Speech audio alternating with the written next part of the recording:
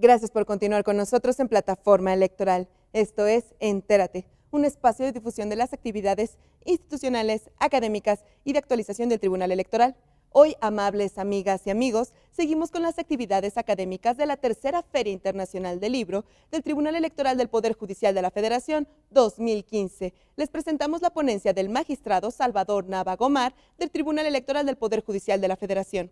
En esta tercera parte de la mesa redonda, la transparencia frente a la agenda de los derechos humanos. El magistrado Nava Gomar aseguró que entre más información detallada tengan los ciudadanos de las instituciones públicas, estarán más conscientes y sus críticas serán más razonables, ya que a más información, menos será la crisis de legitimidad y a más opacidad, mayor la crisis. Al término de la ponencia, se realizó la entrega de reconocimientos a los ponentes. ¿Nos acompaña a conocer las importantes reflexiones de esta mesa redonda?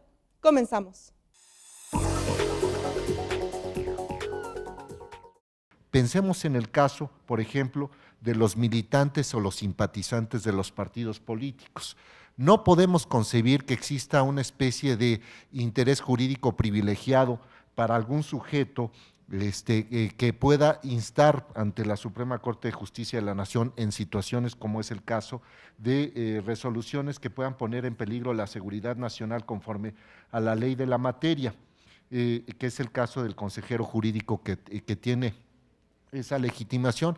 Habrá otros supuestos que no quepan dentro de estos cuestión de seguridad nacional.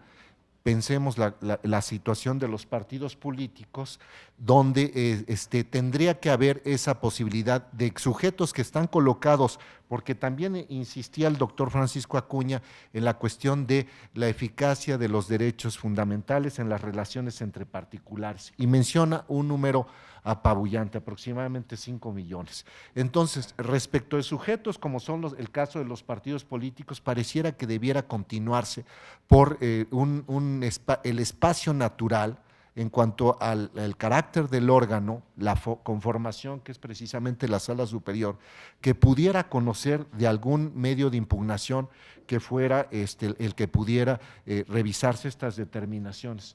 Esto ayuda. Creo que ayuda. El Tribunal Electoral no sería la primera ocasión en que aplicara directamente la Constitución y reconociera la posibilidad de que se pudieran presentar medios de impugnación en estos supuestos. Evidentemente, las situaciones que están relacionadas con la materia electoral no necesariamente pueden ver o tienen que ver con la seguridad nacional, sino con otros aspectos. Y actualmente, algo que se encuentra en el debate es precisamente la naturaleza de los partidos políticos. Hay quienes pretenden identificar a los partidos políticos como sujetos de derecho privado, no la tienen, no está previsto desde la Constitución, ni les podemos identificar con esa naturaleza, ni siquiera con la naturaleza de sujetos sociales. Tienen una conceptuación desde la Constitución, el artículo 41, fracción primera, como entidades de interés público. ¿Qué significa? El Estado, la sociedad está interesada en que se les provea de condiciones jurídicas y materiales para que puedan cumplir con sus obligaciones y ejercer sus derechos y ciertas finalidades. Entonces, estos aspectos tan discutibles, tan opinables, pues son precisamente los que podrían atenderse si se ve o se mira precisamente a la especificidad, a la especialización de los órganos que existen precisamente para la tutela judicial de los derechos. Me refiero concretamente al Tribunal Electoral. Entonces, quiero anticipar otra cuestión, además es que estaríamos a la espera de sus preguntas, las cuales recibirán por parte de los ponentes una puntual respuesta a través del correo electrónico es un aspecto que se hace precisamente en aras del tiempo. En este momento corresponde el turno a mi querido amigo, el magistrado don Salvador Olimpo Nava Gomar, mentor de quien he aprendido muchas cuestiones en la materia electoral cuando fui secretario de Estudio y Cuenta y secretario instructor en su ponencia, y que también ese desarrollo continuó precisamente por los aspectos de lo que es derecho constitucional, acceso a la información, transparencia y protección de datos. El magistrado es magistrado de la Sala Superior del Tribunal Electoral del Poder Judicial de la Federación, egresado de la Facultad de Derecho de la Universidad Iberoamericana, doctor en Derecho por la Universidad Complutense de Madrid y especialista en Derecho Constitucional, Ciencia Política, agregaría transparencia, derechos humanos, la materia electoral, ¿no?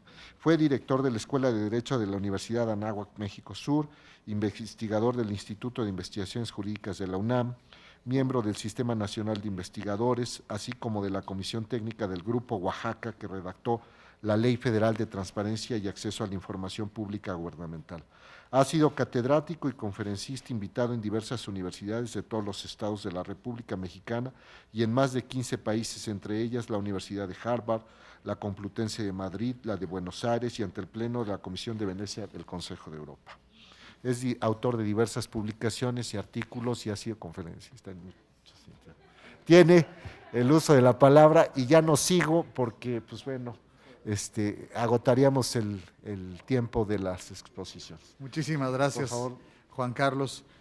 Muy querido Paco, un placer estar con ustedes. A mí lo que más me gusta es estar en la universidad, en el salón, en el cubículo, estudiando, y esto es lo más parecido que tenemos en el tribunal. Para mí son días de fiesta, la verdad, aunque tenemos una agenda pesada. Y ahora con nuestro nuevo presidente, aún más, no para y cree el león que todos son de su condición. Terminamos ayer a las 2 de la mañana de sesionar. Están entrando más de 10 asuntos diarios sobre el proceso electoral y hemos resuelto alrededor de 12,000, para que ustedes se den una idea. Es importante el tema de la mesa para tratar de centrar algunas ideas dispersas que me vienen a la cabeza. Diría mi amigo Paco Acuña, citando Ortega y Gasset, como dos perdices a la vera del camino. El nombre de la mesa es La transparencia frente a la agenda de los derechos humanos. Ahora que estamos a un año de que la Constitución cumpla 100, nuestra venerable Constitución de Querétaro, que tanto presumimos, es importantísimo tener en cuenta que el tema de esta mesa no se hubiera podido discutir en el constituyente, no existía el término ni transparencia ni derechos humanos, ni un órgano constitucional jurisdiccional que tutelara los derechos político-electorales del ciudadano, ni estos tenían protección jurisdiccional. Es decir, hemos evolucionado. Hablaba el doctor Acuña de la reforma en materia de transparencia, cosa que también hacía el maestro Silva Daya, y es importante tener en cuenta que este tribunal efectivamente es tomado en cuenta por el legislador, porque esa es la dinámica jurídica por excelencia. El legislador emite una norma, la autoridad administrativa la aplica, el ciudadano o una autoridad la puede controvertir, vienen al Poder Judicial y se ve si se está de acuerdo o no. La autoridad dice, yo entiendo por la norma A, B, y el ciudadano dice, no, la norma A me la debiste haber aplicado como C, y la otra parte en el juicio dice, no, esa norma A debió haber sido D, y van con un juez y dice, no, mi cuate, por A no hay que entender ni B, ni C, ni D, sino E. Y entonces el legislador dice, ok, hagamos un poco de E con algunos matices de B, C y D. Y vuelve a empezar. Pero la legislación se nutre de la propia jurisprudencia y hay un avance normativo, institucional, orgánico en este país que se ha dado en buena medida a golpe de jurisprudencia. Puedo presumir de la eficacia de los derechos político-electorales y en buena medida también de los derechos que tienen que ver con el acceso a la información y la transparencia. Hoy en día cruzados por el artículo número 1 de nuestra Constitución, que nos obliga a todas las autoridades a potenciar, resguardar, proteger los derechos humanos. Es decir, lo que antes ni siquiera existía, que se concibe primero como una obligación del Estado, es hoy un derecho fundamental de todos los ciudadanos, al cual tenemos que hacer frente desde esta agenda de los derechos humanos. Hablamos con muchísimos senadores que nos pidieron nuestra opinión, porque hemos resuelto cosas de los partidos políticos, evidentemente como entidades de interés público, no son jurisprudencia de este tribunal, está en la Constitución, es coincidencia pacífica por todos los actores públicos, me refiero a los partidos, a los que están involucrados en el tema, respecto del tratamiento del acceso a la información en estas dinámicas electorales. Pienso en la entonces senadora Arely Gómez, soy Procuradora General de la República, encabezaba estos trabajos de la Ley de Transparencia, el senador Alejandro Encinas, del Partido de la Revolución Democrática, el senador Pablo Escudero, del Verde Ecologista de México, y el senador Gil Suart, del Partido Acción Nacional.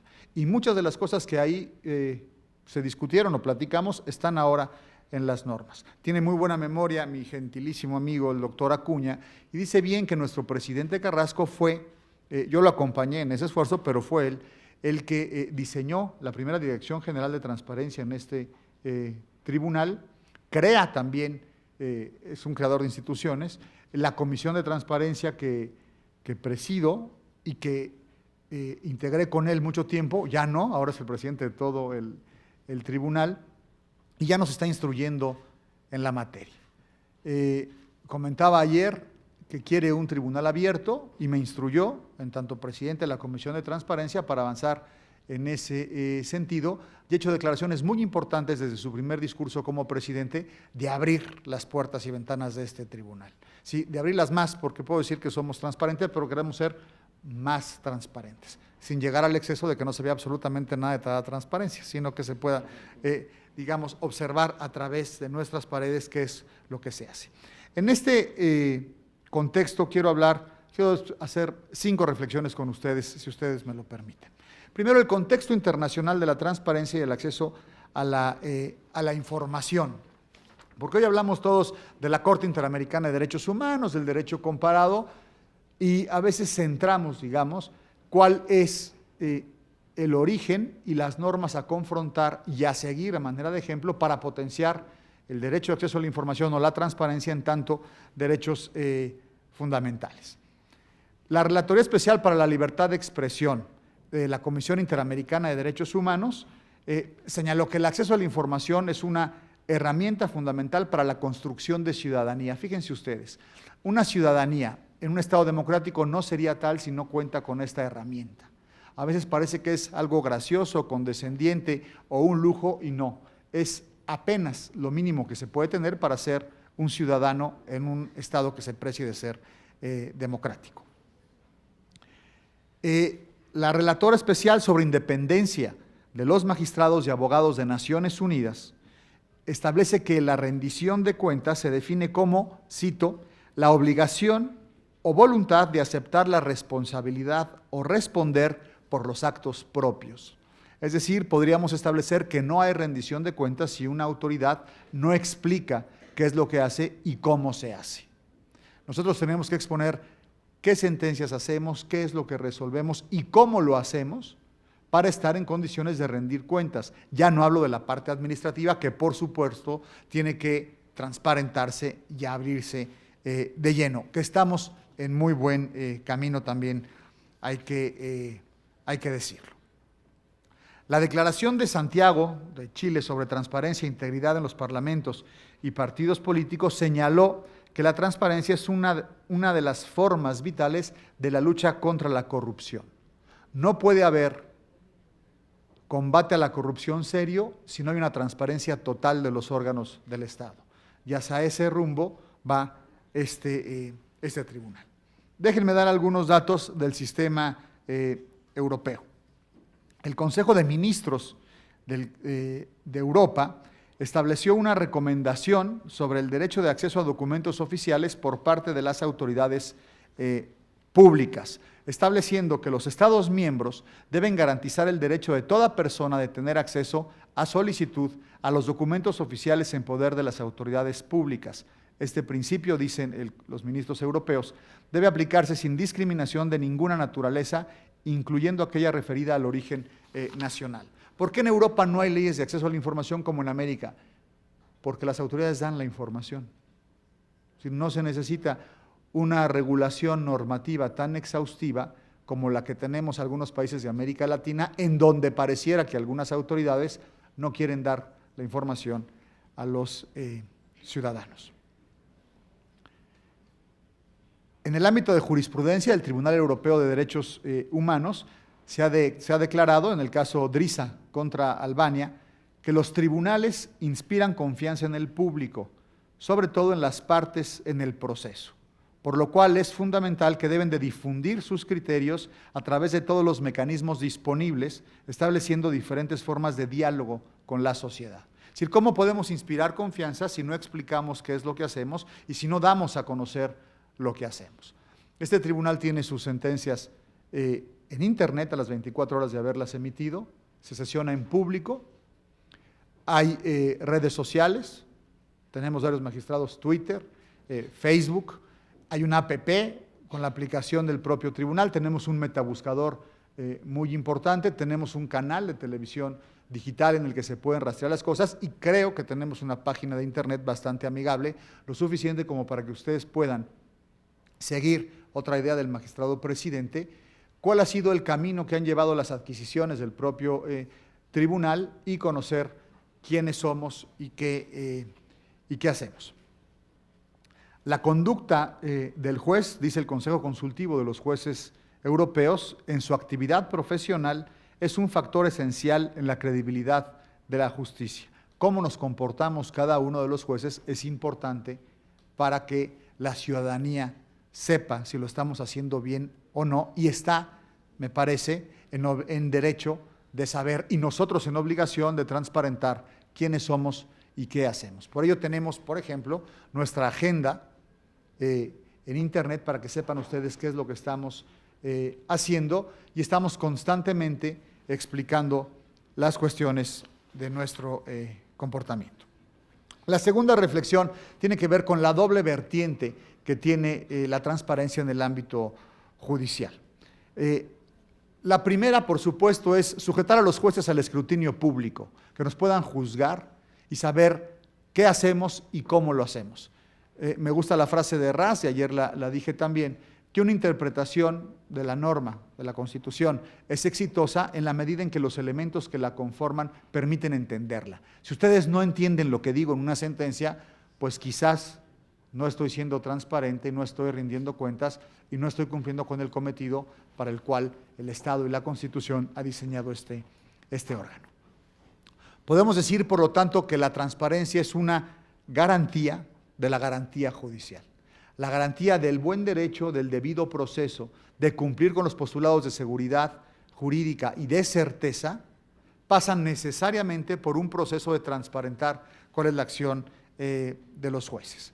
Y el doble, o digamos la segunda vertiente, tiene que ver con explicar qué se hacen con nuestras prerrogativas, cómo gastamos el dinero público destinado para este tribunal. Entonces, por una parte, la tarea jurisdiccional y por la otra, la administrativa directa. La tercera reflexión que quiero hacer con ustedes es la transparencia como contrapeso de la corrupción. Puedo decir en primer término que la transparencia es una ética de la directriz subjetiva. Si en este tribunal no proporcionamos alguna información que ustedes están pidiendo, no nada más violamos la norma relativa al derecho de acceso a la información o el mandato constitucional, sino que tenemos un problema ético de cumplimiento a nuestras propias obligaciones. El abuso de poder se ve francamente limitado ante la difusión de los quehaceres relacionados con la impartición de justicia. Es decir, entre más pueda conocer la sociedad qué es lo que hacemos, será más difícil abusar del poder. Ahora que se habla de gobierno abierto, de tribunal abierto, otra de las directrices que dio el presidente Carrasco tan pronto entró a su función, quiere que crucemos la actividad jurisdiccional y administrativa de este tribunal al escrutinio público, una carretera de doble sentido entre lo que hacemos por un lado y la ciudadanía que viene aquí a exigirnos más y mejor. No se puede abusar del poder cuando todos sabemos qué es lo que se está haciendo. Por el contrario, si nos encerramos en un cubículo y no explicamos qué es lo que hacemos, pues por lo menos es susceptible de sospecha el hecho de que podamos abusar del poder.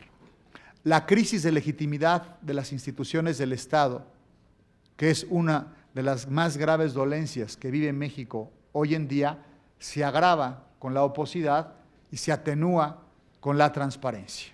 Entre más se pueda saber con detalle de las instituciones públicas, pues el ciudadano estará más consciente, su crítica será más razonable y a más información, pues menos crisis de legitimidad, a más opacidad, mayor crisis. Parece una ecuación muy sencilla, pero no todas las instituciones la ponen en marcha. Cuarta reflexión. El tribunal como garante del derecho de acceso a la información y la transparencia, por supuesto, en la materia que nos corresponde. Esta es una clasificación que escribimos Juan Carlos y yo hace muchos años y que me gusta repetirla porque a veces no se hace conciencia de lo mismo. Son varias fases en las que ha evolucionado el tratamiento del acceso a la información por parte de este Tribunal Constitucional. La primera fase es el derecho a la militancia. Hubo distintas solicitudes de acceso a la información cuando no había ley de transparencia, en donde un militante pide información de su propio partido político y no se la dan. El partido no se la da, se va al IFE, el IFE dice, pues no hay norma que te permita ir por ella, vienen a este tribunal, a la anterior integración, hay que reconocerlo, y este tribunal dice, no, a ver, si eres militante de un partido político, tienes derecho a saber qué es lo que se hace con ese partido. Aquí pedí alguna información de las cúpulas de los propios partidos y las cúpulas de los partidos se la guardaban. Ahí se abrió por primera vez y se estableció el acceso a la información como un derecho de la militancia. La segunda fase es el derecho de la ciudadanía. También van ciudadanos a partidos políticos y piden preguntas tan elementales como ¿cuánto gana el presidente de un partido político o los secretarios de un partido político? Que no es información privada, es una barbaridad decir eso. O sea, se recibe presupuesto público. Me parece que la discusión no amerita mayor tema. Los partidos en esa ocasión niegan esa información, le dicen, es que tú no eres militante, no tengo por qué decirte. Van al IFE, el IFE confirma, vienen al tribunal y el tribunal le dice, no, es un derecho de la ciudadanía que si los partidos políticos son entes de interés público y tienen financiamiento público y función pública, los ciudadanos podemos saber cómo se destinan esos recursos. La tercera fase diríamos que tiene que ver con la determinación de los alcances del derecho a la información. Había mucha cerrazón en los partidos y ya esta integración conoce algunos juicios. Es interesante, de protección de derechos político-electorales del ciudadano, es decir, ciudadanos que consideran que se vulneran sus derechos políticos, sus derechos constitucionales, por no tener respondidas preguntas que se hacen a los partidos. El caso San Luis Potosí, donde definimos en la ponencia, donde definimos la autonomía del derecho de acceso a la información, el caso Cuautitlán del PAN, en donde el presidente del comité directivo estatal no le permitía conocer información básica y demás, y llegamos después a la cuarta fase, que Juan Carlos bautizó como la implosión, digamos, de la transparencia y el acceso a la información en los partidos políticos antes de esta feliz reforma en la Constitución y la ley que está a punto de aprobarse. Y ya entramos directamente a los procesos electorales y a los partidos porque no querían abrirse. Les hago una confesión, como dice mi presidente Carrasco, que espero no salga de este auditorio, ¿no? Cuando negociamos la Ley Federal de Transparencia con el gobierno federal, del presidente Fox, ¿no? Los partidos políticos de oposición nos nombran a este grupo de académicos que presentamos este proyecto de ley, hacen suyo este proyecto como iniciativa y nos sentamos al seno del Congreso de la Unión a negociarla con el gobierno federal, arrancan unos temas y dice, hay temas que no van a entrar, como bien dijo Paco, el doctor Acuña, averiguaciones previas, partidos políticos, sindicatos, etcétera, etcétera. Entonces, lo dejamos de lado. Cuando se presentan conflictos de transparencia en los partidos políticos, algunos de mis colegas me dicen, tú diseñaste la ley, ¿qué hacemos? Y le dije, pues la verdad es que no metimos nada de partidos políticos en la ley, ni siquiera lo pensamos porque estaba vetado el tema, y entonces fue creciendo el desarrollo normativo y la protección de derechos de esta información a partir de un desarrollo jurisprudencial que creo que ha llegado a muy buen puerto. De tal suerte que la quinta fase del acceso a la información por este tribunal tiene que ver con el derecho de acceso a la información y la transparencia como principios rectores de la función estatal. Ya no podemos hablar de un Estado constitucional y democrático de derecho sin partir de las dinámicas que supone el acceso a la información y la transparencia en los partidos, en los órganos, en los procesos. Quinta reflexión para terminar. Déjenme darles algunos números. El 20 de septiembre, algunos datos. El 20 de septiembre de 2011, como ustedes saben, México, además de Brasil, Indonesia, Noruega, Filipinas, Sudáfrica, Reino Unido y Estados Unidos, firman la Declaración de Gobierno Abierto. Es decir, es un mecanismo internacional, un convenio internacional para que los países nos abramos más. Tradicionalmente, el acceso a la información y la curiosidad por saber va directa al Ejecutivo, que es el órgano del Estado que tiene más contacto con más ciudadanos. Pero nos tenemos que sumar a esto.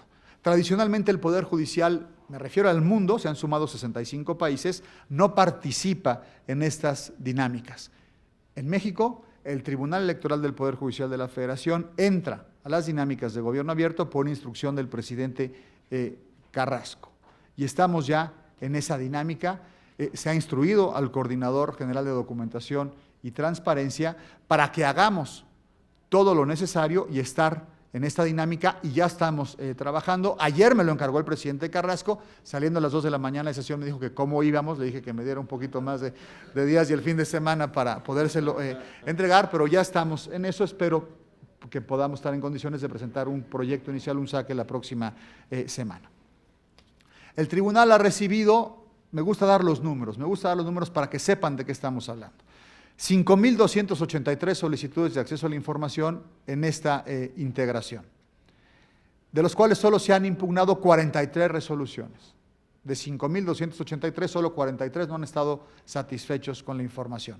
Y de estos 43, más de la mitad no tenía razón el ciudadano. Se le había proporcionado la información, no existía la información, etcétera. Pero es más importante ver cómo se acerca el ciudadano a nuestra página de internet, en donde tenemos las sentencias y el resultado de toda la rendición de cuentas administrativa. De 2013 a la fecha hemos tenido más de, o casi 4 millones de visitas al portal, con un promedio de 5 minutos de navegación, en el cual se descargan documentos especialmente jurisdiccionales. De 2006, de noviembre de 2006, que entró esta integración a la Sala Superior, a la fecha hemos resuelto más de 8,000 juicios, en donde está relacionado el acceso a la información o la transparencia. Y la tendencia es claramente aperturista. Es decir, no es baladí decir que este tribunal es garantista y aperturista cuando tutela y defiende derechos que tienen que ver con el acceso a la información o con negativas tanto de autoridades o partidos políticos o procedimientos electorales respecto a la transparencia. Tenemos derivado de ello distintas jurisprudencias que los invito a ver para que comprueben que lo que estoy diciendo es verdad y que tenemos un tribunal cada vez más abierto. Muchas gracias. Gracias.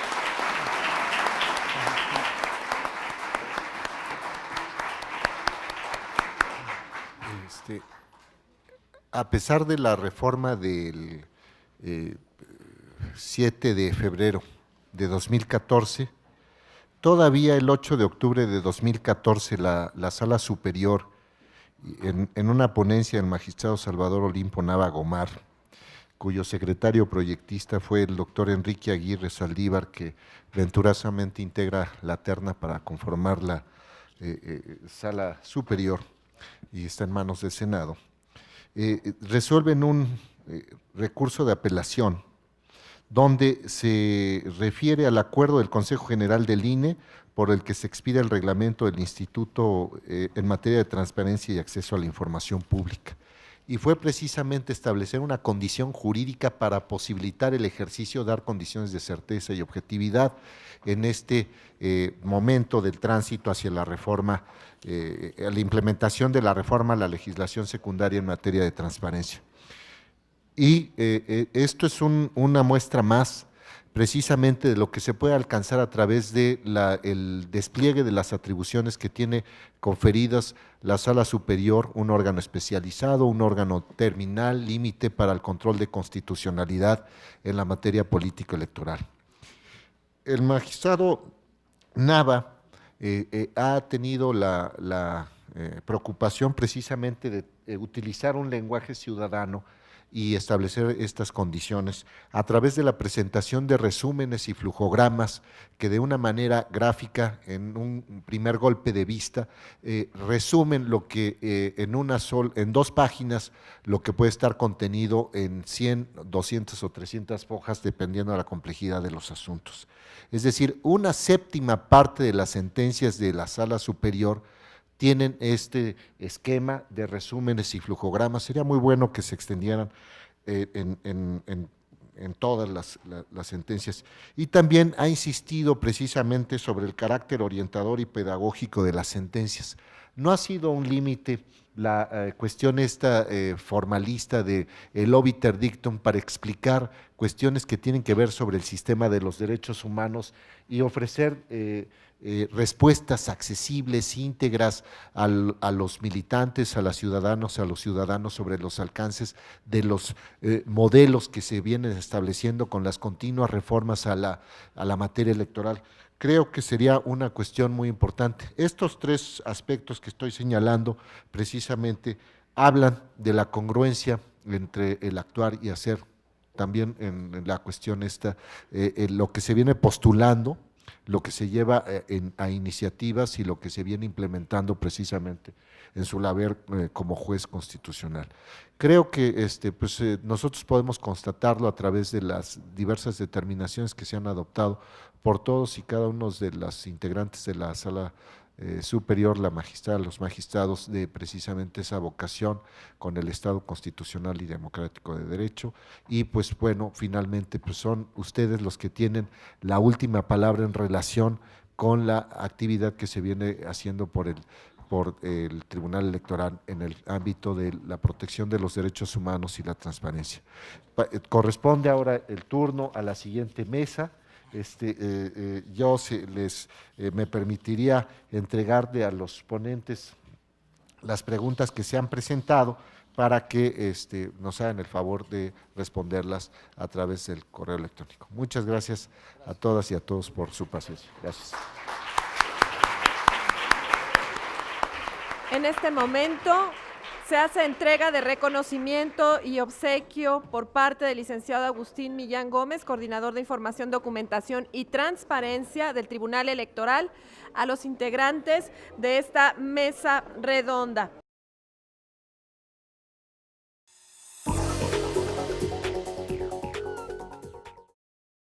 Los esperamos en una próxima emisión de Entérate, con más de las actividades de la Tercera Feria Internacional del Libro del Tribunal Electoral del Poder Judicial de la Federación 2015, solo por Plataforma Electoral. Soy Roxana Noriega, hasta la próxima.